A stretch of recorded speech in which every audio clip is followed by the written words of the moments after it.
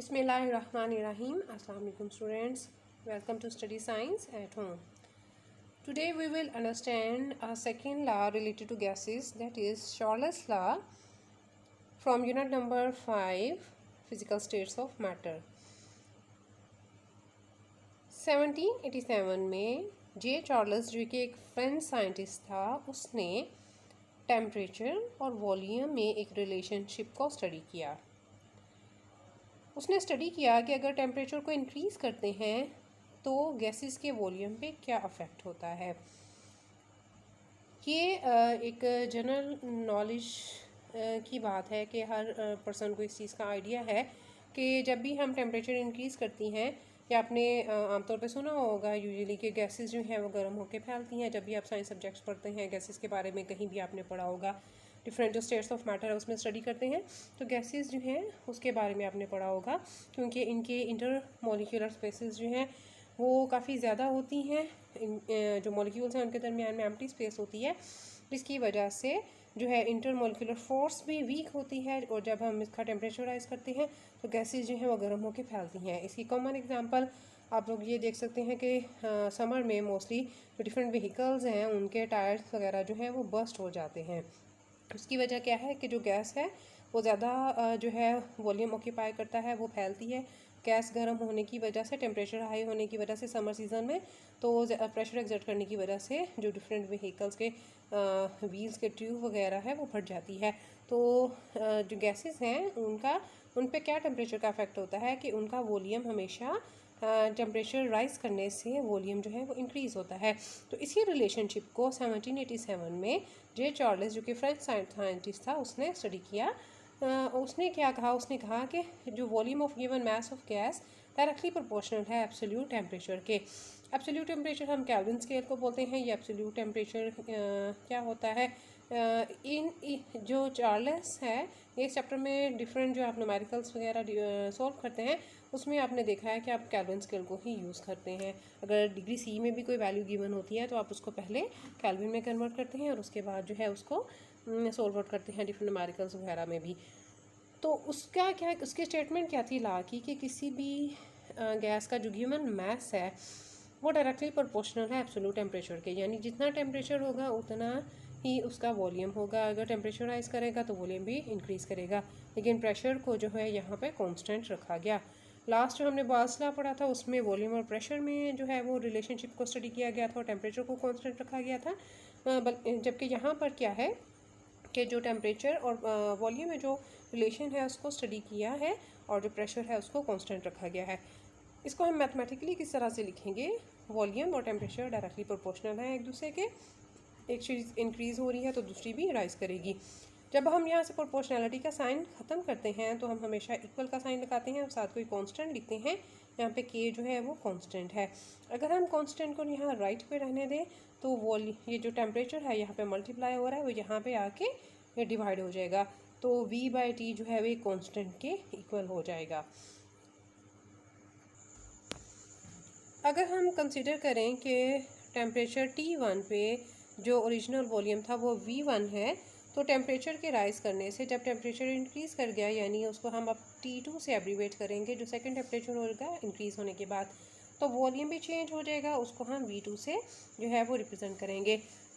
Initial volume और temperature की जो रेशो है वो एक कांस्टेंट के इक्वल है, ये जहाँ से अभी हमने जो डिराइव किया है, और उसके बाद जो इनमें चेंज आया है वो भी के कांस्टेंट के इक्वल है। जब ये दोनों जो हैं वो के कांस्टेंट के इक्वल होंगे तो डेफिनेटली ये दोनों एक दूसरे के भी इक्वल हो जाएंगे। तो हमारे पास जो फाइनल फार्मूला वो आ जाएगा V1/T1 is equal to V2/T2।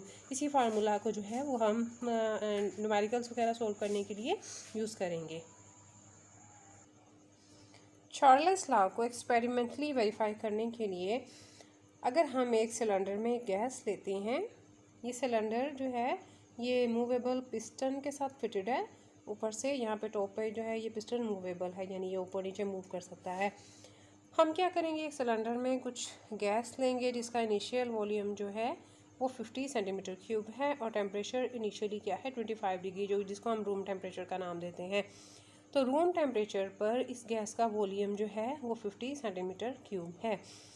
अब क्या है, अगर हम इस गैस को जो है हीट सप्लाई करें, यहाँ से अगर हम नीचे से इसको गर्म करेंगे सिलेंडर को, जिसमें जो है वो गैस हमने फिल की हुई है, तो क्या होगा, टेम्परेचर जो है उसको हम इसको हीट करना शुरू करें और जो टेम्परेचर है उसको राइज़ करें अप टू 100 डिग्री सेंटीग्रेड, तो वॉल्यूम जो है वो इसका 62.5 सेंटीमीटर क्यूब हो जाएगा।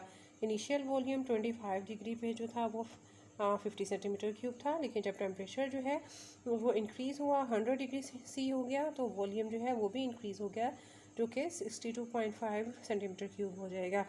यहाँ पे क्या हुआ, गैस जो है जब हमने इसको हीट अप किया, गैस जो है वो गर्म होने से फैलती है, क्योंकि अभी मैंने आपको अंडरस्टैंड करवाया कि जो गैस मॉलिक्यूल्स हैं इनके दरमियान में इंटरमोलिकुलर फोर्सेस जो हैं वो वीक होती हैं और इंटरमोलिकुलर स्पेस जो है वो बहुत ज़्यादा होती है। तो गैसेस में क्योंकि स्पेस ज़्यादा अवेलेबल होने की वजह से इनको अब जितनी ही स्पेस जो है वो मिल सकती है, ये इसको ऑक्यूपाई करती हैं। तो ये पिस्टन क्योंकि मूवेबल है, जब हम इसको हीट करेंगे ये गैस जो है एक्सपेंड करेगी और इस पिस्टन पे प्रेशर एक्सर्ट करेगी, जिसकी वजह से ये पिस्टन जो है वो ऊपर मूव कर जाएगा और वॉल्यूम जो है यहाँ पे इंक्रीज़ कर जाएगा, जो कि पहले 50 सेंटीमीटर क्यूब था, अब जो है 62.5 सेंटीमीटर क्यूब जो है वो हो जाएगा। यहाँ से हमने चार्ल्स लव को एक्सपेरिमेंटली वेरीफाई किया।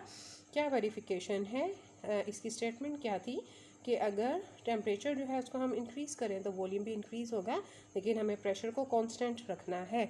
तो प्रेशर को कांस्टेंट रखते हुए ये जो जे चार्ल्स है इसने इसको इन दोनों रिलेशनशिप को स्टडी किया। तो इसके बाद जब ये इसकी एक्सपेरिमेंटल वेरिफिकेशन भी देखी गई, डिफरेंट एक्सपेरिमेंट परफॉर्म किए गए, तो देखा गया कि ये जो चार्ल्स का लॉ है ये वेरीफाई हो जाता है, ये इस स्टेटमेंट को फॉलो करता है, ओबे करता है कि गैसेज जो हैं वो गर्म होने से एक्सपेंड करती हैं, ज़्यादा वॉल्यूम ऑक्यूपाई करती हैं, टेम्परेचर राइज हुआ तो उसके साथ साथ जो है वो वॉल्यूम भी इंक्रीज़ हो गया।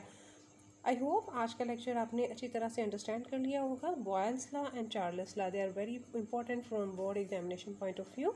इसको आपने short as well as long दोनों के लिए प्रिपेयर करना है। जो लॉ की स्टेटमेंट और उसकी जो डेरिवेशन है ये मोस्टली शॉर्ट में ही पूछ ली जाती है समटाइम, यानी डिफ़ाइन करें और डेरिवेशन भी समटाइम आप जो है वो क्योंकि बहुत शॉर्ट सी डेरिवेशन है उसको भी आप साथ ही मेंशन कर लेते हैं, लेकिन जो एक्सपेरिमेंटल वेरिफिकेशन है वो लोगों के लिए मस्ट होती है। समटाइम जो क्वेश्चन की स्टेटमेंट है उसमें एक्सपेरिमेंटल वेरिफिकेशन का पूछा तो नहीं जाता, लेकिन ये अंडरस्टूड बात होती है कि जब हमने इन क्वेश्चंस को लॉन्ग के लिए जो है वो अटेम्प्ट करना है तो डेफिनेटली हम उस लॉ को, उसकी जो स्टेटमेंट है उसको हम एक्सपेरिमेंटली भी वेरीफाई करेंगे, तो ही डेफिनेटली वो लॉ जो है वो प्रूव होगा।